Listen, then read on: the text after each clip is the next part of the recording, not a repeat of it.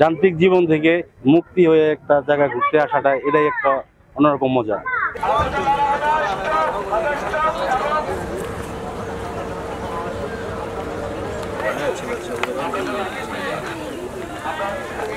ভালো লাগছে এখানে, অনেক মজা করতেছি।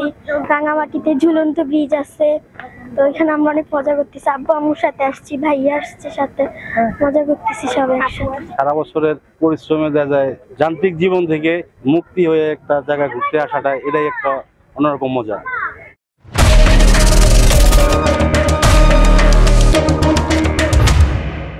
পাহাড়,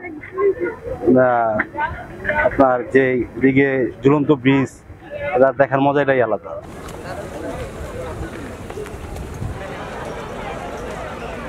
আমি আসছি ফেনী থেকে। ভালো লাগছে, অনেক সুন্দর, ঘুরে খুব ভালো লাগলো। ফ্যামিলি নিয়ে ট্যুর, ইনশাল্লাহ ভালো। মোটামুটি সবকিছু ভালো আছে, পরিবেশটা অনেক ভালো। তারপর আপনার পার্কিং ব্যবস্থাটা আরো ভালো করা দরকার, কারণ এখানে যানজট লেগে আছে বেসিক্যালি।